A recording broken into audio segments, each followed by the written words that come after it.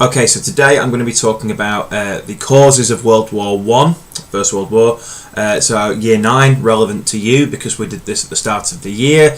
Also relevant to Year 10 and 11. Probably not going to go into as much detail as you guys need, but hopefully it'll jog your memories a little bit, particularly when Year 10 and particularly Year 11, you guys have started your revision now for your big exam that is coming up. So I'm going to be talking about the causes of World War I, as I say, starting with number 1, the alliance system. So the alliance system, in very simplistic terms, is where many countries or countries have signed agreements with each other to defend each other if they're attacked.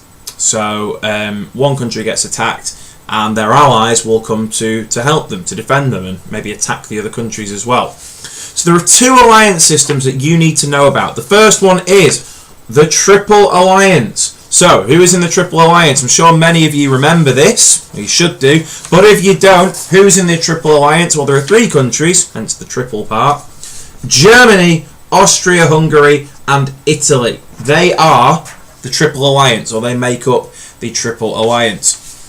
The other alliance system that you need to know about is the Triple Entente. Who's in the Triple Entente? Again, I'm sure you are all remembering, but if you don't, France, Great Britain, and Russia. They are the 3 countries that make up the Triple Entente. So, on the one hand, you look at these alliance systems and you think, that's great. Different countries have got their friends, basically, to help them if they get into trouble. So, in effect, it makes everyone safer because countries know that if they attack Britain, for example, France and Russia will come to their aid. So on the one hand, it looks very safe. However, there's a problem. There are so many different countries tied into this system that means if one of those countries gets attacked, all the other countries get dragged into it, which is essentially what happens with the First World War. Yeah? 2 of the countries declare war on each other and the other countries get pulled into this situation. Okay? Which is obviously a problem, and why we end up with the First World War. Another reason, or the second cause that I'm going to talk about, is number 2, the naval race. The naval race. So, Britain and Germany are the countries involved in the naval race. Both of them are building ships to try and outdo each other, basically. Now, Britain, if you'll remember, Year 10 in particular, you should remember this because we did this at the start of the year.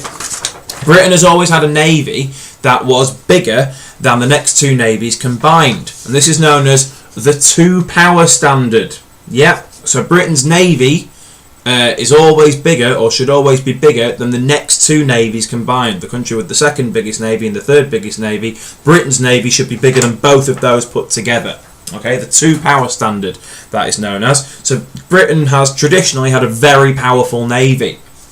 Now in 1906, the British Navy, or Britain, build HMS Dreadnought. This is a little British flag there to show you it's British. The Dreadnought. This is a navy ship that makes all other ships obsolete, makes them out of date. The Dreadnought is revolutionary. It's bigger, faster, stronger. It's the best navy ship that's been built up to that point, and Britain have built it.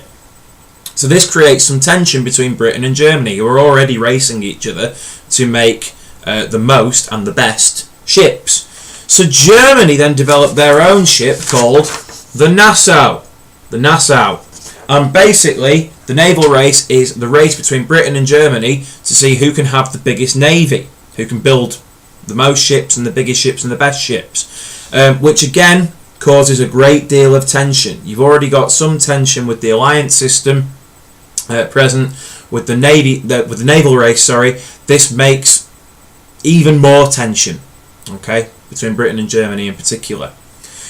Another contributing factor to tension between Britain and Germany and other countries is the 3rd cause that I'm going to talk about, and that is empires, or imperialism.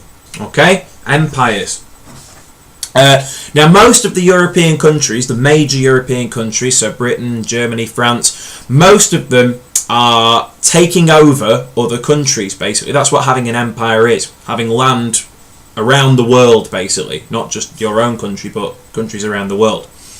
Now, this meant, because a lot of these European countries are doing it, quite often they end up wanting the same land and arguing about it, fighting over the same land. There's a particular event in history known as the Scramble for Africa, where many of these European countries are basically scrambling or racing to get their hands on different parts of Africa. Okay, there are other parts of the world that belong to Britain and Germany and France, but Africa is one of the main ones. So Britain have got the largest empire. Britain's empire is huge. There's a phrase going around at the time that the sun never sets on the British Empire, because when the sun goes down in Britain, it's coming up in Australia that also belongs to Britain, or it's coming up in America. Wherever, the sun never sets. So it goes down on one part of Britain or the British Empire, but it's midday in another part of the British Empire. So Britain have got a really large empire, but other countries, as I say, have got powerful empires too, particularly France and Germany. They control a lot of land too. And again, this causes tension, because all of these countries are wanting the same parts of Africa or Asia or wherever it is that they are arguing over, basically.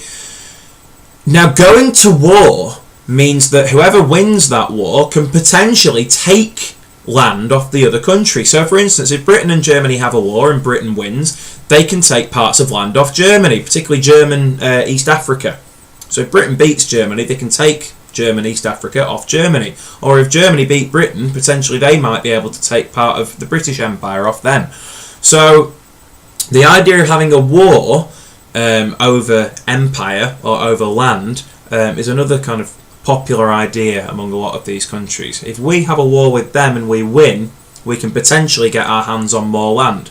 And with the land comes more resources. Maybe that particular part of Africa or wherever has got lots of gold or diamonds, or maybe oil, who knows. And the people as well. The more you can control the people from those countries and use them in your army. And use them to work for you. And all sorts of things. Trade. So having an empire is seen as quite a good thing. And as I say, many of these countries are fighting over having the biggest empire or having the most land. So again, tension. You can see the tension really building here. The fourth cause of the First World War that I'm going to talk about is a man, Kaiser Wilhelm. Kaiser Wilhelm. Now, year 10 in particular, that name should be ringing some bells. Kaiser Wilhelm, or Wilhelm II, I should say, is the leader of Germany.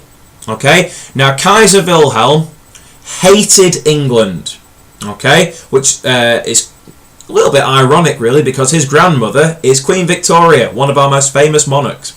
But he hates England, partly because he's had a very poor relationship with his mother, who was Queen Victoria's daughter, and that's kind of turned him against England a little bit, or Britain, I should say.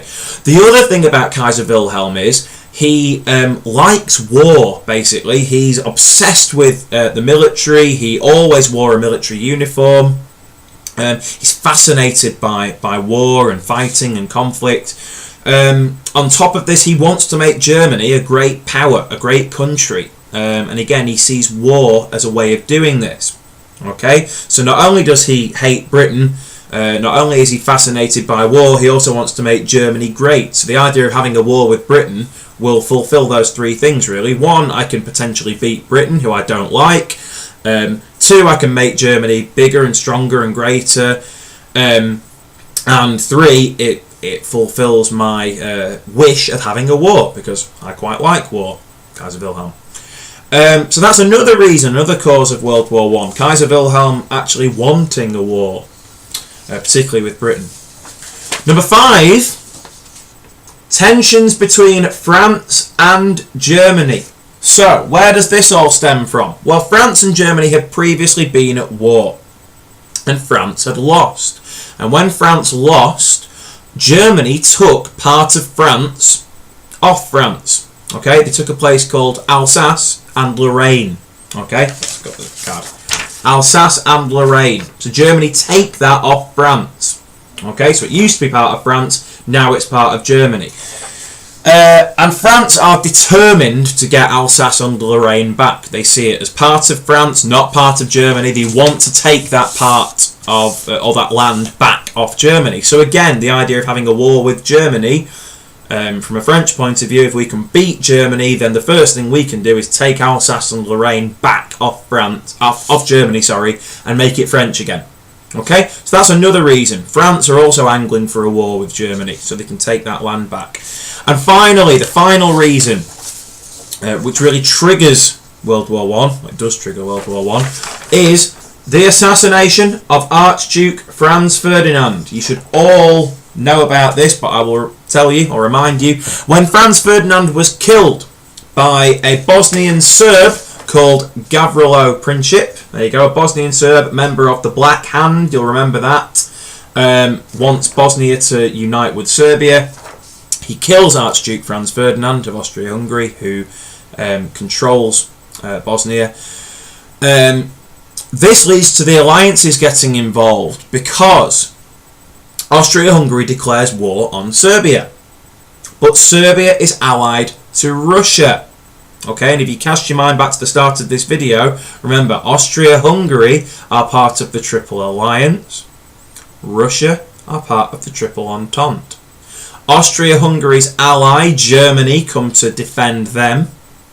And they also declare war on France because France is Russia's ally. Okay, so straight away you've got those countries involved. Britain, funnily enough, don't actually declare war straight away. They only declare war when Germany, the German army, march through Belgium, okay, which is neutral. And Britain have previously signed an agreement, the Treaty of London, with Belgium to defend Belgium. They say if anyone basically attacks you, or in this case walks through your country and does attack your army, we will defend you. So Britain don't actually get involved because of the Triple Entente. They get involved for because of Belgium, because Belgium gets attacked by Germany. Remember, this is part of the German Schlieffen Plan. Okay, I'll talk about that in another video, but remember the Schlieffen Plan, Germany or the German army want to go through Belgium to get into France rather than go through the Maginot Line on the French border. I'll talk about that in another video, but hopefully it should be ringing a few bells, particularly for year 10 and 11, because it's quite important. Okay, so I've fired through there in 12 minutes 6 causes of World War One. So we've talked about, or I've talked about the alliance system, the naval race, empires or imperialism, Kaiser Wilhelm, tensions between France and Germany, and the assassination of Franz Ferdinand. So I hope that for year 9 and particularly for year 10 and 11, I really hope that that is ringing some bells. Obviously year 10 and 11 now is crunch time, really. You've got exams coming up, particularly you guys year 11, your big ones, your GCSEs, so please make sure that you are revising.